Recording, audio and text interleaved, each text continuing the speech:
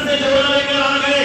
اللہ کے نبی نے جوڑا فاطمہ کو دی. فاطمہ سے کہا بیٹی لو یہ جوڑا جبریل جنت سے لے آیا ہے, اسے پہن لو, جاؤ وہاں. اللہ اکبر. یہودی کی بیٹی کی شادی میں حضرت فاطمہ جاتی ہیں. وہ سارے لوگ پہلے سے یہ سوچے ہوئے تھے وہ آئیں گے, ہم لوگ ان کا مذاق اڑائیں گے, لیکن ایسا لباس پہنا دیکھا کہ سب کی آنکھیں دنگ رہ گئی. سب کہنے لگی اے فاطمہ یہ لباس کہاں سے لائی ہو, یہ کس نے دیا ہے؟ فاطمہ کہتی ہیں میرے بابا نے دیا ہے. ارے یہ عبادت کا شوق ہے, اور حضرت فاطمہ رضی اللہ تعالیٰ عنہ ان کی عبادت, ان کا تقویٰ, ان کی ریاضت, پیارے اسلامی بھائی, اور سخاوت کا کیا کہنا. اللہ اکبر. ایک مرتبہ کا واقعہ ہے, حضرت عبداللہ ابن عباس رضی اللہ تعالیٰ عنہما نے روایت کی کہ ایک شخص جو بنی سلیم کا رہنے والا تھا وہ آتا ہے, پیارے نبی ہیں اور تمام صحابہ ہیں, عمر فاروق بھی کھڑے ہیں.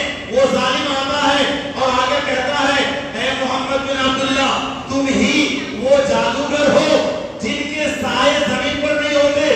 نعوذ باللہ من ذالک. اس طرح سے اس ظالم نے گستاخی کرنی تھی. عمر فاروق کھڑے تھے, اپنے میان سے تلوار نکالنے کو ہی تھے کہ اللہ کے نبی نے عمر فاروق کو روک لیا. عمر رک جاؤ, اللہ کے نبی اس ہوتے ہیں جو بنی سلیم سے آئے, کہتے ہیں اللہ کے نبی اے اللہ کے بندے سنو, میں کوئی جادوگر نہیں ہوں, میں اللہ کا بندہ اور اللہ کا رسول, بھیجا ہوا رسول ہوں. اللہ کے نبی صلی اللہ علیہ وسلم نے اس قدر پیاری پیاری باتیں کی, محبت بھری باتیں کی, اخلاق بھری باتیں کی.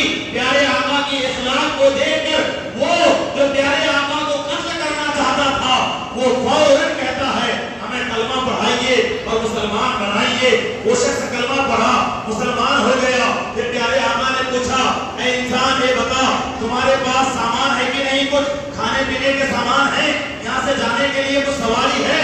وہ کہتا ہے اے اللہ کے نبی بنی سلیم میں ہم لوگ 4000 آدمی رہتے ہیں, ہمارے قبیلے کے 4000 آدمیوں میں سب سے زیادہ میں ہی غریب ہوں, سب سے زیادہ غریب میں ہی ہوں. اللہ کے نبی نے فرمایا اے میرے صحابیوں تم میں سے کسی کے پاس کوئی اگر اونٹ